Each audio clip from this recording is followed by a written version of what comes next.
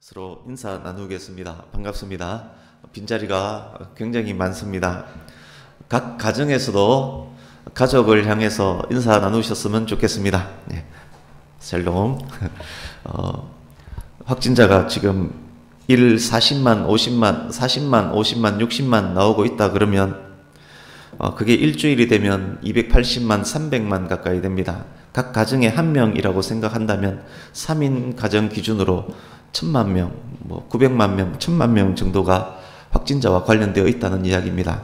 우리 교회 성도님 중에도 꽤 많은 가정이 확진자가 전체 나오거나 혹은 한두 명이 나와서 지금 자리도 많이 비었고, 그리고 각 가정에서 예배하고 있습니다.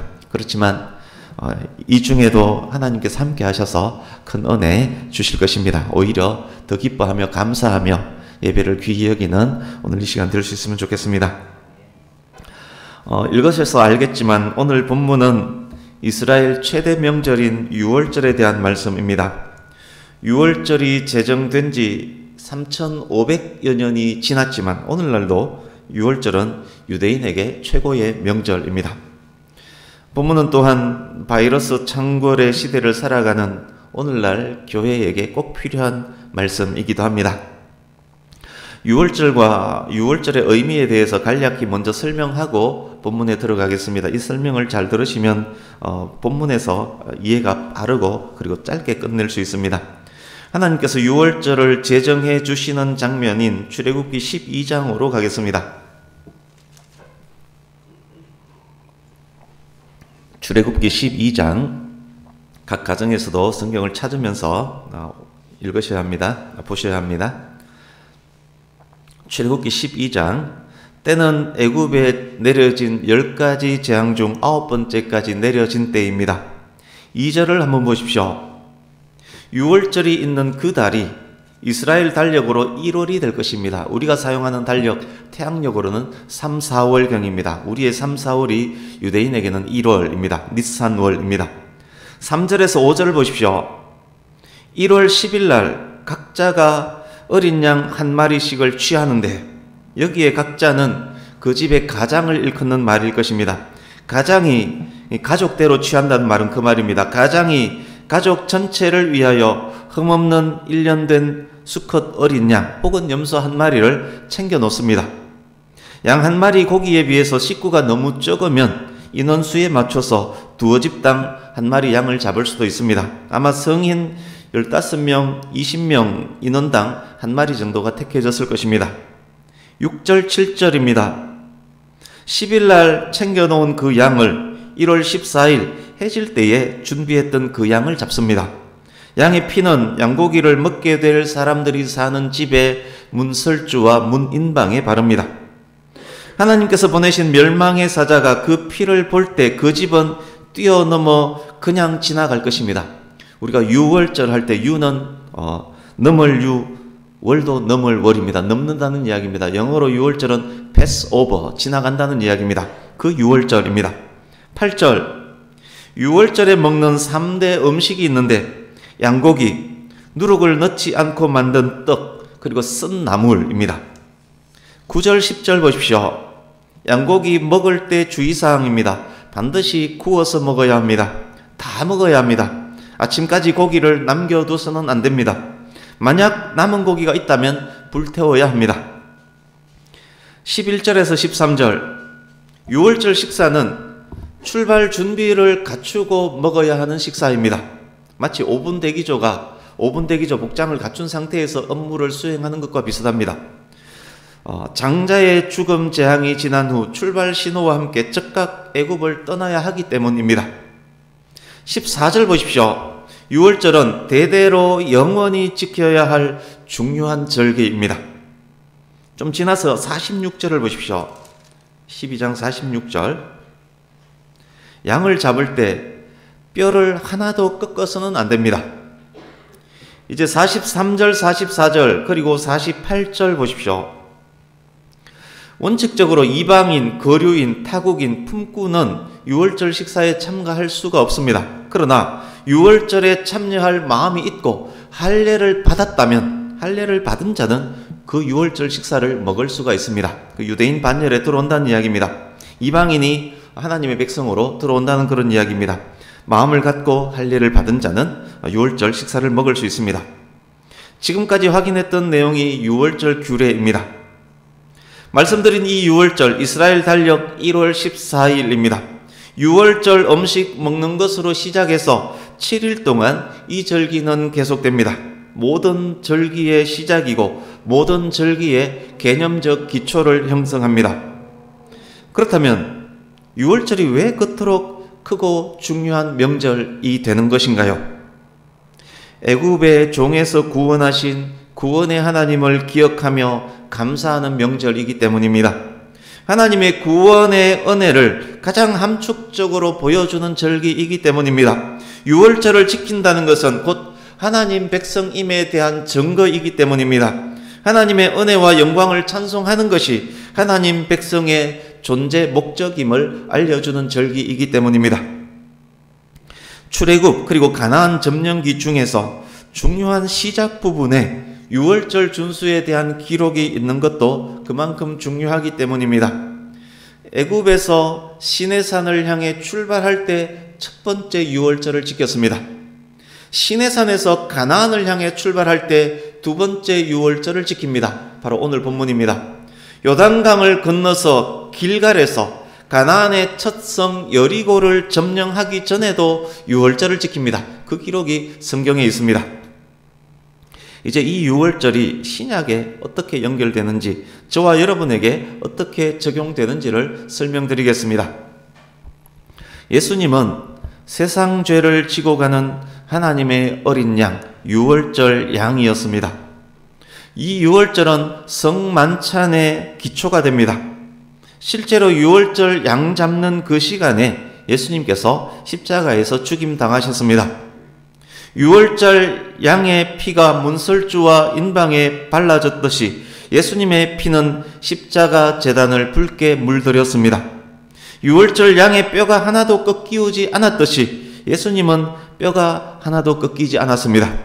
십자가에 매달린 죄수는 뼈를 꺾어서 질식사시킴으로 죽음을 최종적으로 확인했는데 예수님의 뼈는 꺾이지 않고 죽음이 확인되고 십자가에서 내려졌습니다. 유월절 양과 함께 먹었던 무교병, 누룩 없는 빵, 누룩을 넣지 않는 빵, 무교병과 선나물은 그리스도의 피와 살을 먹음으로 성도가 된 자의 성결한 삶과 그리고 영광과 함께 고난도 감내하는 그런 성도의 삶을 상징합니다. 남김없이 음식을 다 먹어야 하는 이유는 하나님의 구원 역사의 결정체인 예수 그리스도를 상징하는 거룩한 음식이기 때문입니다. 만약 남기면 그것이 외인들과 짐승들에 의해서 더럽혀질 수 있기 때문에 남기지 않는 것입니다. 거룩한 것을 개에게, 진주를 돼지에게 던져줄 수 없다. 그 의미와 연결이 됩니다. 성경에서 유월절을 그토록 중요히 여기는 이유, 예수님의 십자가 사건, 생명의 떡이신 예수 그리스도를 가장 잘 예표하는 절기이기 때문입니다. 예수님을 통해 얻게 된 생명, 구원, 해방의 날을 상징하기 때문입니다. 여러분, 그렇다면 본문 속 유월절이 이 유월절을 신약의 절기와 연결한다면 무슨 절기와 연결할 수 있을까요? 유월절 어린 양이 십자가에서 죽으시고 무덤에 묻히셨다가 3일 만에 부활한 부활절과 유월절이 연결됩니다. 부활절을 그렇다면 좀 더 부활절을 확장하면 어떻게 될까요? 신약의 성도는 안식일은 금요일 저녁부터 토요일 저녁까지를 이야기를 합니다. 신약의 성도는 안식일을 지키지 않고 주일을 지킵니다. 이 주일은 일주일, 2주일 할 때 그 주일이 아닙니다. 주의 날, 주일입니다. 주의 날은 안식 후 첫날, 즉 예수님께서 부활하신 날, 그 날을 기념하는, 그래서 예배하는 날입니다. 유월절이 그리스도인인 우리에게는 부활절 주일과 연결이 되는 것입니다. 유월절 준수 명령은 예수 그리스도의 부활을 기뻐하며 감사하며 주일을 성수하라는 명령과 연결이 되는 것입니다. 예수님을 믿고 구원받은 성도는, 저와 여러분은 그래서 더 이상 속죄 제물 어린 양이 필요가 없습니다. 믿는 자의 확정으로 세례를 받고 성찬식에 참여해서 기쁨과 감사로 떡과 포도주를 나눕니다. 주일 성수하며 하나님께 감사와 찬양의 예배를 드립니다. 성도의 거룩한 삶을 살아갑니다. 6월절은 또 그렇게 연결이 되는 것입니다. 이제 본문 민수기 9장으로 들어가겠습니다. 세례, 성찬, 주일 예배, 헌신과 봉사, 예물 등과 연결 지으면서 들을 수 있기를 바랍니다. 9장 1절 보십시오. 애굽 땅에서 나온 다음에 첫째 달에 여호와께서 시내 광야에서 모세에게 말씀하여 이르시되, 본문은 애굽에서 나온 다음에 1월에 있었던 기록입니다. 이 시간과 관련해서 미리 확인해야 될 것 있습니다. 민수기 1장 1절을 한번 보십시오. 1장 1절 시간 순서를 확인하셔야 됩니다. 민수기 1장 1절 이스라엘 자손이 애굽 땅에서 나온 후 둘째 해 둘째 달 첫째 날에, 민수기 1장 1절부터 8장까지에 기록된 인구조사, 레위인의 임무, 각종 규례 등에 대한 기록은 애굽에서 나온 다음에 2월 1일부터 있었던 내용의 기록입니다. 이게 무슨 말씀입니까? 오늘 본문 민수기 9장이 1장에서 8장보다 시간적으로 앞선다는 이야기입니다. 약 보름에서 한 달 앞서고 있습니다. 이제 출애굽기 40장 17절을 보십시오. 출애굽기 40장 17절 구약성경 146페이지 출애굽기 40장 17절 보시면, 둘째 해 첫째 달 곧 그 달 초하루에 성막을 세우니라. 애굽에서 나온 다음에 1월 1일에 성막 건립이 완성되었다는 말입니다. 그러니까 시간 순서가 이렇게 됩니다. 성막이 완성되고 6월절 준수에 대한 규례가 명령되고, 오늘 본문입니다. 그리고 인구조사를 시행하고 레위인의 임무 등에 대한 명령, 민수기 1장에서 8장이 있었다는 이야기입니다. 하나님께서 완성된 성막 안에 충만히 임하시고, 이스라엘은 성막 위에 떠오르는 구름기둥, 불기둥의 인도를 따라서 시내산을 떠나 가나안을 향해 갈 것입니다. 6월절 준수에 대한 명령을 주시고 그 명령대로 6월절을 지키고, 이어서 이스라엘 인구조사, 각 지파별 배치, 이동 간 위치, 레위인의 직무에 대해서 말씀하시고, 그리고 이스라엘이 가나안을 향해서 출발하는 것입니다. 가나안을 향해서 출발한 기록은 민수기 10장에 나옵니다. 6월절 준수가 얼마나 중요한 것인지 오늘 본문 시간적 시점을 통해서도 확인할 수 있는 것입니다. 이제 다시 본문으로 가셔서 2절, 민수기 9장 2절입니다. 하나님께서 모세에게 말씀하셨습니다. 이스라엘 자손에게 6월절을 그 정한 기일에 지키게 하라. 그 정한 기일 언제입니까? 3절 보십시오. 이달 14째 날 해질 때에 첫 번째 6월절을 지낸 지 정확히 1년 되는 바로 그때입니다. 그때 6월절을 지키되 6월절 그 모든 율례와 그 모든 규례대로 정확히 지키라 라고 명령을 하십니다. 이 점에서 한번 생각해 보겠습니다. 규례대로 정확히 지키는 것이 쉬울까요? 애굽을 떠나기 직전에는 크게 어렵지 않았습니다. 각자의 집에서 준비하면 되었기 때문입니다. 그러나 본문 현재는 광야입니다. 메마르고 메마른 광야입니다. 장정 15에서 20인당 한 마리 양을 잡는다 하더라도 약 3, 4만 마리의 양을 잡아야 합니다. 그 많은 양의 피를 일일이 모아야 하고 모은 피를 성막 제단에 부어야 합니다. 그러니까 애굽에 있을 때는 문인방과 설주가 있었지만 지금은 광야 천막 상태이기 때문에 인방과 설주는 없습니다. 아마 레위인들이 그 모든 양의 피를 모아서 성막 번제단에 뿌렸을 것입니다. 그것과 관련한 자료는 역대하 30장에 보면 나오기 때문에 그렇게 이해하시면 됩니다. 뿐만 아닙니다. 그만큼 인원이 먹을 무교병과 선나무를 준비해야 합니다. 그런 광야의 형편인데도 하나님께서는 모든 규례대로 정확한 시간에 6월절을 지키라 라고 명령을 하십니다. 그렇습니다. 그것이 하나님의 명령입니다. 상황이 어려울지라도 그가 언약의 백성이라면 마땅히 하나님께 예배드려야 합니다. 주일 성수해야 합니다. 헌신하고 봉사하며 예물을 드려야 합니다. 코로나 상황일지라도, 군 복무 중일지라도, 먼 곳에 출타 중일지라도, 출근할지라도, 입원 중일지라도 예배는 드려야 한다는 이야기입니다. 하나님의 법은 환경을 초월해서 주시는 법입니다. 인간의 편의 때문에 하나님의 명령이 변경되지 않습니다. 하나님께 드림이 환경으로 인해서 자기 합리화될 수 없습니다. 그리스도인이라면 그의 인생이라는 집에 가장 먼저 바른 예배라는 기둥을 세우고 그리고 다른 것들을 채워야 하는 것입니다. 그것이 튼튼한 집이 되는 것입니다. 이제 4절 5절입니다. 하나님께로부터 받은 명령을 모세가 백성들에게 명령합니다. 그 명령대로 시내 광야의 이스라엘 백성들이 1월 14일 해질 때에 모든 규례와 율례대로 유월절을 지킵니다. 이제 6절 8절입니다. 6절 8절 이 부분을 위해서 미리 확인할 것도 있습니다. 레위기법에 의하면 부정한 자들은 성물, 양의 고기, 유월절 양고기, 성물을 먹을 수가 없습니다. 가족이 죽으면 장례를 치러야 하고 장례를 치르기 위해서는 시체를 만져야 합니다. 그러나 시체를 만진 사람은 부정해집니다. 대제사장에 대한 규정은 더욱 엄격합니다.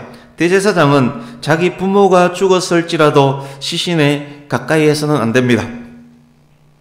부정한 자는 모든 의식에 제외되면서 또 진영 밖으로 격리되어야만 했습니다. 시체를 만진 자는 7일간 그렇게 부정하며 정결례를 거쳐야만 진영 안으로 들어올 수 있었습니다. 부정에 관한 규례를 확인하고 오늘 본문을 보면 이 안에서 두 개의 법이 충돌하고 있음을 알게 됩니다.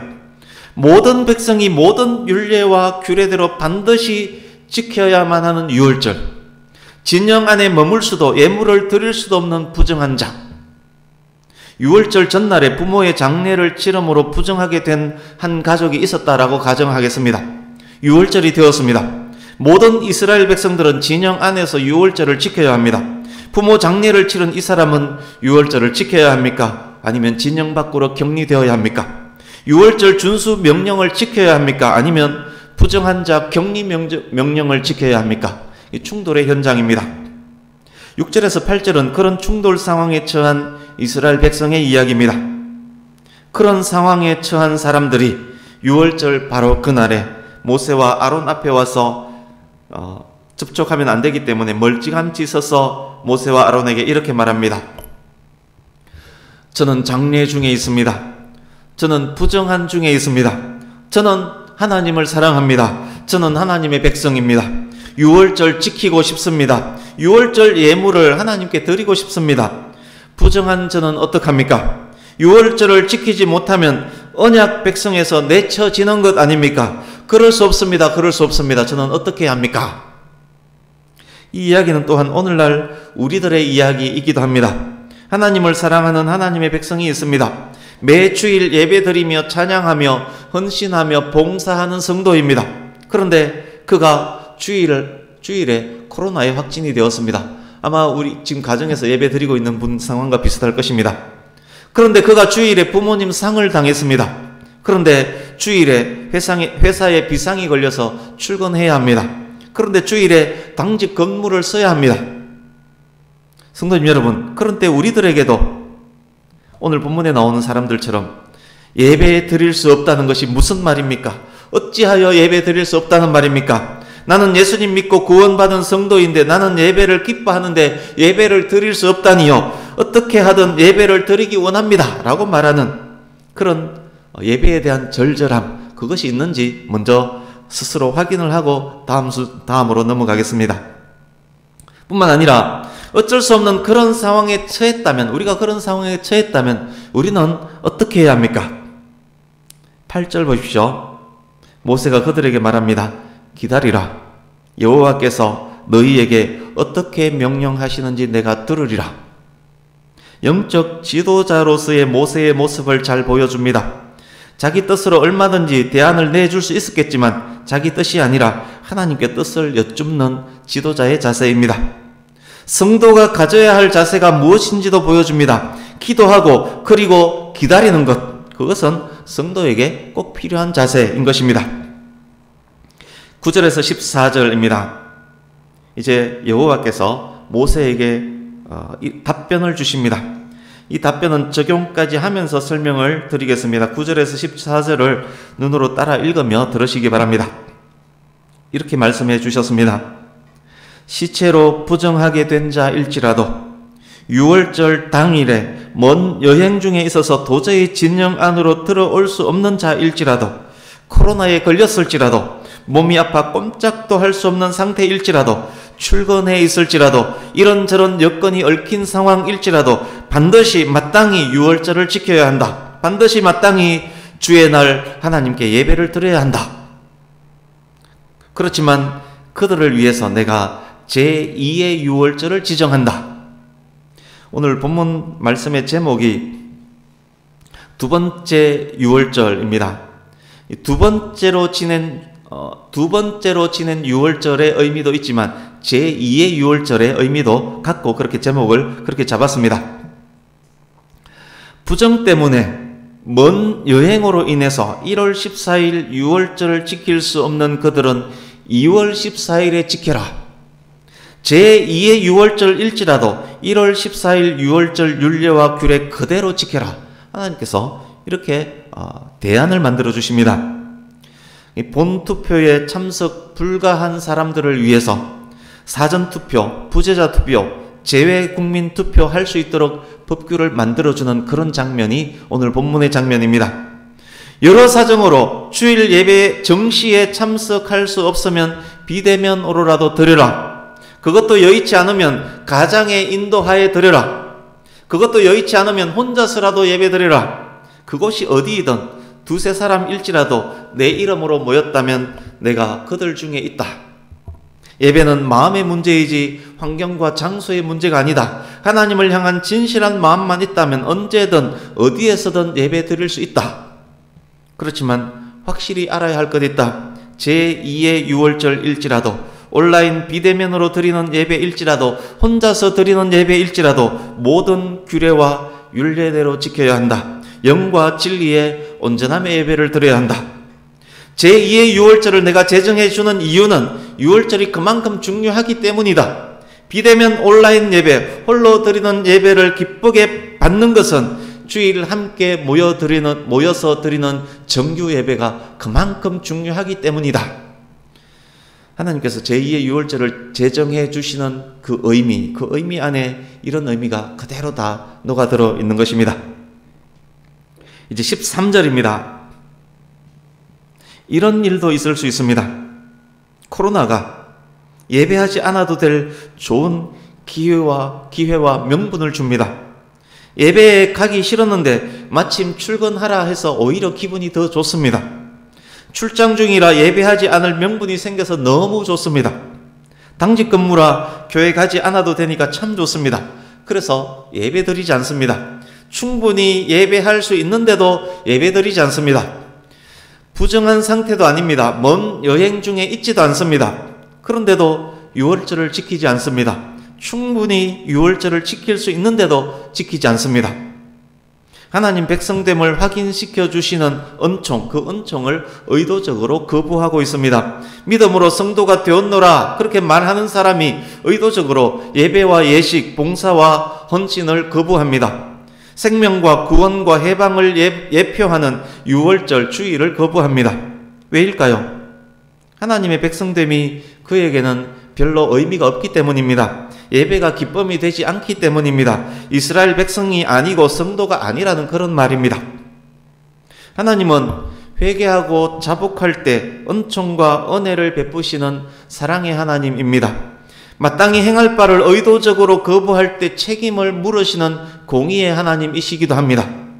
마음은 원이로되 육신이 약한 자에게는 긍휼을 베푸시지만 패역한 자들에게는 지엄하신 하나님입니다. 6월절을 거부하는 자, 예배를 거부하는 자, 그는 자기의 죄를 담당해야 할 것입니다. 하나님의 백성에게서 끊어짐은 당연합니다. 백성됨을 거부한다면 그에게 주어졌던 권리와 자격도 박탈됨 당연합니다. 그에게 영생이 주어지지 않음은 당연합니다. 처음부터 그는 하나님의 백성이 아니었던 것입니다. 그러기에 예배는 생명인 것입니다. 이제 14절입니다. 광야 이스라엘 안에 타국인 이방인들도 많이 포함되어 있었습니다. 그렇다면 그들도 유월절 음식을 먹을 수 있었을까요? 하나님께서 말씀합니다. 그들에게 유월절 지킬 마음이 있다면 모든 율례와 규례를 그대로 지키면 된다. 유월절 율례와 규례는 거류민, 본토인을 차별하지 않는다. 우리가 서두에 미리 확인했던 것 있습니다. 이방인이 유월절에 참여하려 할 때 갖춰야 할 조건이 하나 있는데 할례였습니다. 그러니까 할례를 갖춘 그리고 마음이 있는 이방인은 유월절에 참석할 수 있다는 그런 의미입니다. 우리 함께 주보 오른쪽 하단에 있는 주보 중앙 하단에 있는 요한복음 3장 16절 그리고 로마서 1장 16절 로마서 10장 11절에서 13절을 이어서 같이 읽겠습니다. 같이 읽습니다. 시작. 하나님이 세상을 이처럼 사랑하사 독생자를 주셨으니 이는 그를 믿는 자마다 멸망하지 않고 영생을 얻게 하려 하심이라. 내가 복음을 부끄러워하지 아니하노니 이 복음은 모든 믿는 자에게 구원을 주시는 하나님의 능력이 됨이라. 먼저는 유대인에게요 그리고 헬라인에게로다.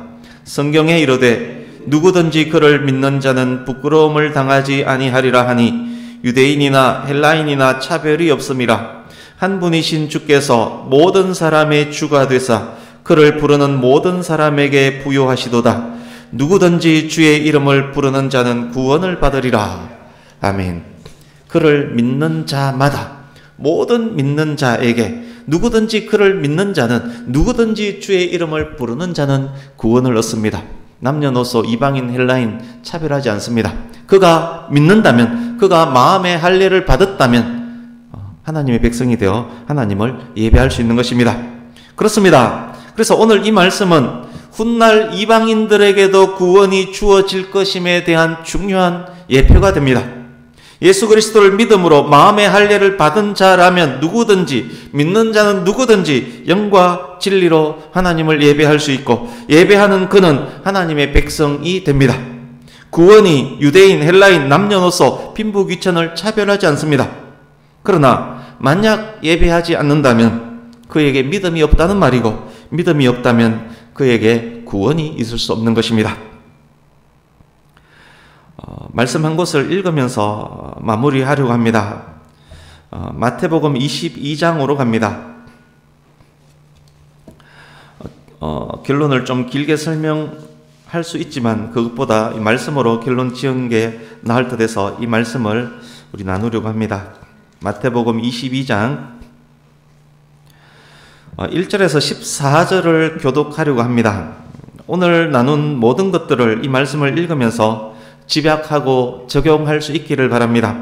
혼인잔치를, 읽게 될 말씀에 나오는 혼인잔치를 유월절 축제, 그리고 성도의 예배, 천국에서 있게 될 어린 양의 혼인잔치와 동일시 하시면 됩니다.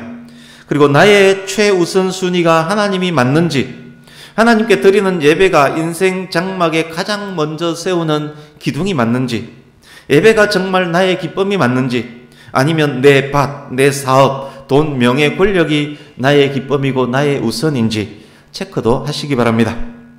초대받았지만 잔치를 맛보지 못하는 유대인, 그리고 남아있는 많은 빈자리, 이방인들로 채워지는 잔치의 자리, 이방인들일지라도 반드시 예복, 즉 유월절 참석 위한 조건인 할례 믿음입니다. 예복을 갖춰야만 하는 잔치의 자리, 그것들도 생각하면서 22장 1절에서 14절 말씀까지를 교독하겠습니다. 1절 제가 먼저 읽습니다. 예수께서 다시 비유로 대답하여 이르시되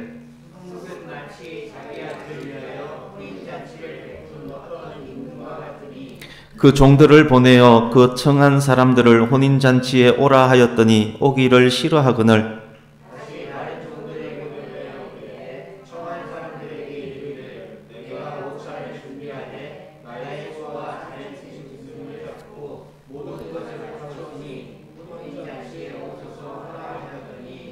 그들이 돌아보지도 않고 한 사람은 자기 밭으로, 한 사람은 자기 사업하러 가고 임금이 노하여 군대를 보내어 그 살인한 자들을 진멸하고 그 동네를 불사르고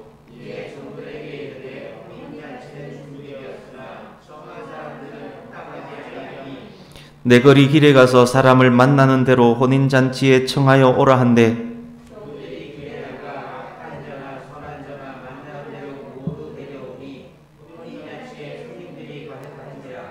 임금이 손님들을 보러 들어올새 거기서 예복을 입지 않은 한 사람을 보고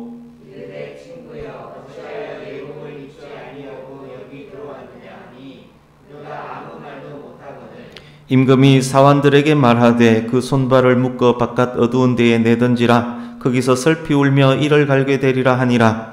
청함을 받은 자는 많되 택함을 입은 자는 적으니라. 아멘. 아마 말씀 안에서 이해가 되셨을 거라고 생각이 됩니다. 더 설명하려면 너무 길어지기 때문에 이 말씀으로 결론을 짓겠습니다. 이제 말씀을 마칩니다. 한 분도 빠짐없이 저와 여러분의 가정, 가족 모두 한 분도 빠짐없이 천국에서 펼쳐질 어린 양의 혼인잔치에 참여할 수 있기를 바랍니다. 천국 잔치의 예표로 이 땅에서 올려드리는 우리의 예배가 기쁨과 감사, 온전함의 예배가 되기를 간절히 바랍니다.